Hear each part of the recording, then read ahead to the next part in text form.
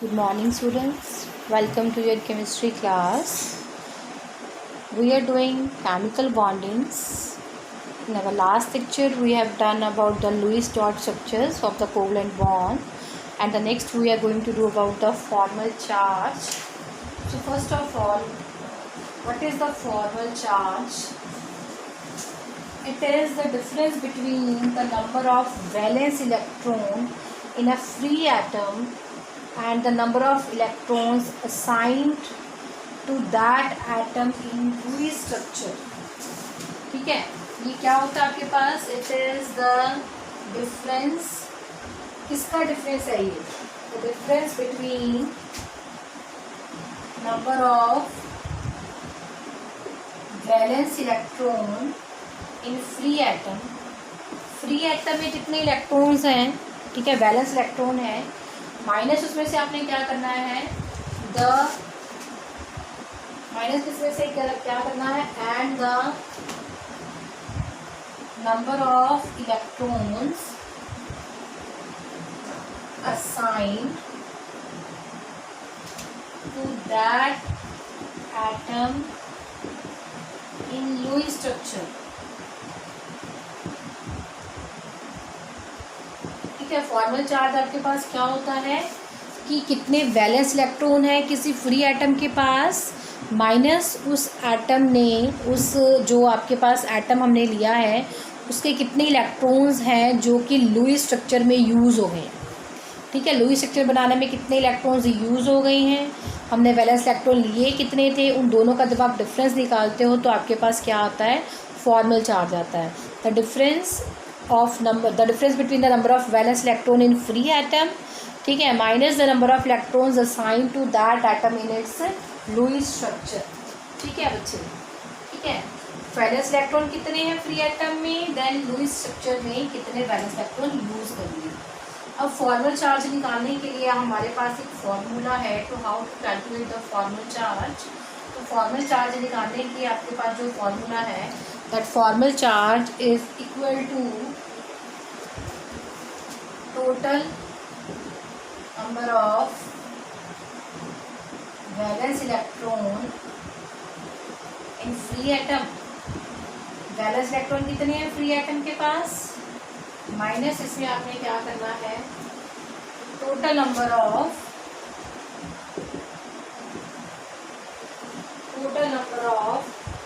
Non bonding electrons. Non bonding electrons का मतलब आपके पास बच्चे जो है वो लोन पेयर है. नॉन बॉन्डिंग इलेक्ट्रॉन्स माइनस, आगे फॉर्मूला यहाँ पे कंटिन्यू करें, माइनस वन हाफ किसका है, total number of bonding electrons. Total number of bonding electrons, bonding मतलब शेयर पेयर ऑफ इलेक्ट्रॉन्स. तो फॉर्मल चार्ज हम कैसे निकालते हैं कि पहले तो वैलेंस इलेक्ट्रॉन कितने हैं एटम के पास, माइनस हम उसमें से नॉन बॉन्डिंग इलेक्ट्रॉन्स माइनस करते हैं, मतलब लोन पेयर को माइनस करते हैं, और क्या माइनस करते हैं, one half of the bonding electron. जितने बॉन्डिंग इलेक्ट्रॉन्स है उसका वन हाफ भी बच्चे माइनस करते हैं. ठीक है, तो आप ये कह सकते हो formal charge is equal to valence electron minus lone pair minus one half is equal to the shared pair of electrons. This is the formula. अब let us see one example, और वहाँ पे कैलकुलेट करने की कोशिश करते हैं कितना चार्ज आपके पास आ रहा है. By one or two example we will try to calculate the formal charge. ठीक है बच्चे,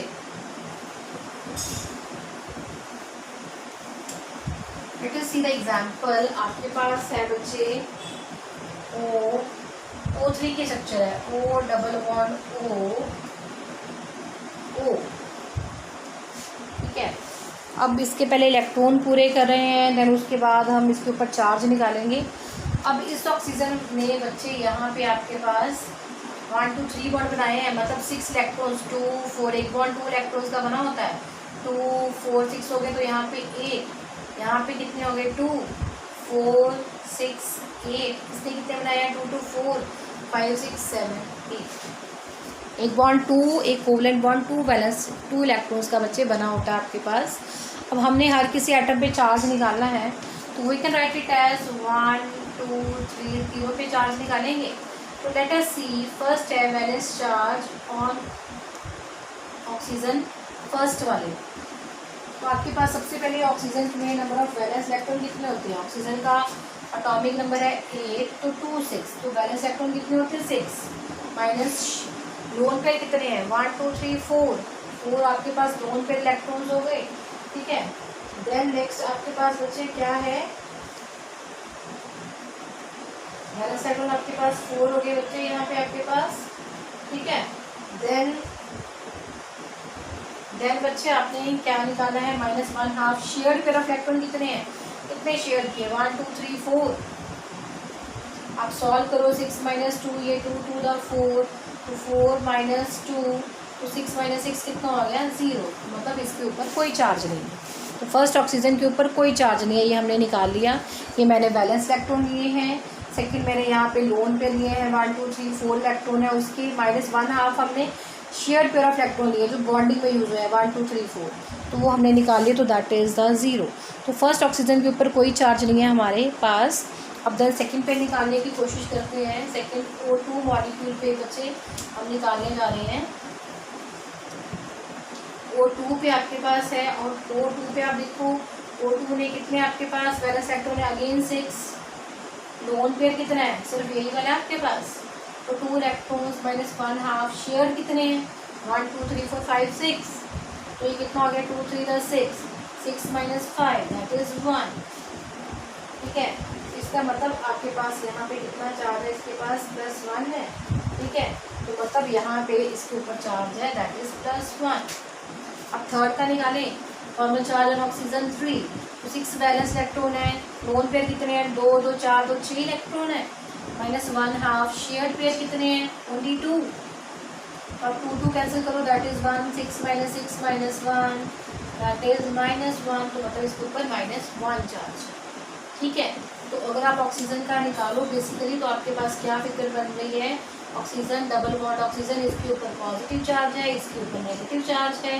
यहाँ पे आपके पास 2 लोन पेयर है, यहाँ पे 1 लोन पेयर है, और यहाँ पे आपके पास 6 लोन पेयर है, ठीक है। इस तरह से इसकी शेप बनेगी।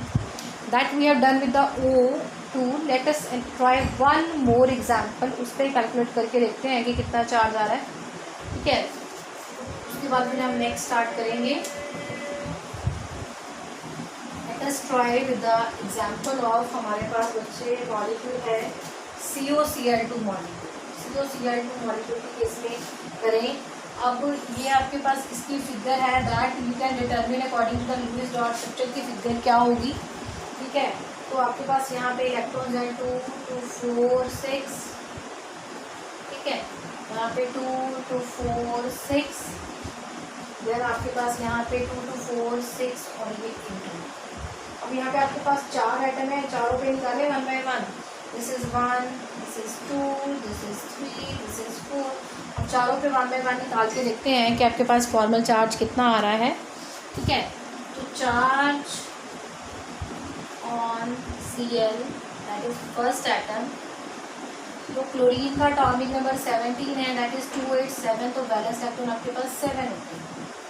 माइनस लोन पेयर के इलेक्ट्रॉन्स 2 2 6, -1/2 बॉन्डिंग में कितने इन्वॉल्व हैं? 2। और 2 2 कैंसिल करो, तो 7 - 6 - 1, तो 7 - 7 0। इसके ऊपर कोई चार्ज नहीं है, ये हमने कैलकुलेट करके देख लिया। सेकेंड, अब हम C पे निकालें। तो पहले थर्ड वाले Cl पे निकालें, क्योंकि Cl का हमने निकाला ही हुआ है, तो पहले थर्ड वाले पे निकाल लेते हैं, क्योंकि ऑलरेडी हमें C की पता ही है, इलेक्ट्रॉनिक कन्फिग्रेशन या निकाला ही हुआ है। तो पहले उस पर निकाल रहे हैं, फिर सेकेंड और उस पर निकाल लेंगे, एक ही बात है। तो थर्ड वाले पे हम पहले निकाल रहे हैं। अगेन वैलेंस इलेक्ट्रॉन 7 है, अगेन 6 इलेक्ट्रॉन 2 2 4 6 जो लोन पेयर है, half shared pair of electron again आपके पास 2 है, तो 2 तो आपके पास हो गया 7 - 6 - 1, अगेन 7 - 7 दैट इज 0। तो फर्स्ट और थर्ड आइटम पे आपके पास बच्चे जो चार्ज आ रहा है वो आपके पास 0 है। Late us try for second atom, second that is carbon atom. So charge on carbon, ये हमारे पास सेकेंड एटम है। अब कार्बन का एटॉमिक नंबर है 6, दैट इज 2 4। बैलेंस इलेक्ट्रॉन कितने हो गए? 4। यहाँ पे लोन पेयर कोई नहीं है, 0 हाफ, शेयर तरफ इलेक्ट्रॉन कितने हैं, ये 1 2 3 4 5 6 7 8, तो ये आपके पास 2 4 का 8 4 माइनस 4 कितना हो गया 0। तो कार्बन पे भी चार्ज जो है वो आपके पास कितना है 0 है। अब हम O के लिए निकाल के देखें, जो नंबर 4th एटम है बच्चे उसके लिए निकाल के देखने हैं। तो हम यहाँ पे निकाल के देखने हैं on oxygen atom that is number 4 है। ऑक्सीजन का एटॉमिक नंबर 8 दैट इज 2 6, तो वैलेंस इलेक्ट्रॉन जो है आपके पास वो 6 है, ठीक है। देन माइनस आपके पास वैलेंस इलेक्ट्रॉन कितने हैं इसके, वैलेंस इलेक्ट्रॉन जो बॉन्डिंग में इन्वॉल्व नहीं होते हैं, तो 1 2 3 4 है वो, माइनस हाफ बॉन्डिंग में जो इन्वॉल्व है 1 2 3 4, तो 2 2 द 4, तो 6 माइनस 4 माइनस 2, तो 6 माइनस 6 इज 0। तो बेसिकली हमने जितने भी एटम यहाँ पे निकाले हैं तो इन सब के ऊपर चार्ज कितना है 0 है, तो इनके ऊपर कोई फॉर्मल चार्ज नहीं है, ये सबका क्या है आपके पास 0 आ रहा है, ठीक है बच्चे। नेक्स्ट है बच्चे आपके पास एक्सेप्शंस टू कोवलेंट बॉन्ड या failure to this Lewis dot structure. Exception to octet rule, exceptions करें ऑक्टेट रूल की। नंबर 1, हर किसी में हमने बोला है कि बच्चे ऑक्टेट पूरा होना चाहिए, बट हाइड्रोजन के केस में आपको पता है हम डुप्लेट पूरा करते हैं, तो यहाँ पे ऑक्टेट रूल फॉलो नहीं होता है, ठीक है। एक्सेप्शन का मतलब यहाँ पे क्या है कि हर किसी में ऑक्टेट रूल में सब में हमने पढ़ा था 8 इलेक्ट्रॉन्स फिल होने चाहिए, बट डुप्लेट में हाइड्रोजन के केस में 8 इलेक्ट्रॉन पूरे नहीं करते, 2 इलेक्ट्रॉन्स फॉलो करते, तो उसमें ऑक्टेट रूल फॉलो नहीं होता। सेकेंड नंबर पे बच्चे बहुत सारी ऐसी फिगर्स हैं जिसमें ऑक्टेट कंप्लीट नहीं होता, वहाँ पे आपके पास इनकम्प्लीट ऑक्टेट है आपके पास, ठीक है। जैसे कि मैं बनाऊँ BF3 की एग्जांपल, BF3 में अब BF3 ने बच्चे 3 बॉन्ड बनाए हैं, तो 3 बॉन्ड बनाए तो देयर 6 इलेक्ट्रॉन्स। बहुत सारे ऐसे एटम है जिनमें ऑक्टेट पूरा नहीं होता, जैसे आपके पास BeCl2 है, तो BeCl2 की मैं फिगर बनाऊँ तो यहाँ पे क्लोरीन में ऑक्टेट पूरा नहीं हो रहा, सिर्फ 4 इलेक्ट्रॉन्स है। तो बहुत सारे ऐसे मॉलिक्यूल हैं जो ऑक्टेट रूल में जिसमें ऑक्टेट पूरा नहीं होता, जिसमें आपके पास ऑक्टेट से कम इलेक्ट्रॉन है, इनकम्प्लीट ऑक्टेट है। थर्ड आपके पास है बहुत सारे ऐसे एटम हैं जिनमें एक्सपेंडेड ऑक्टेट है बच्चे, एक्सपेंडेड ऑक्टेट है मतलब जितने ऑक्टेट में इलेक्ट्रॉन होने चाहिए उससे ज़्यादा इलेक्ट्रॉन्स हैं।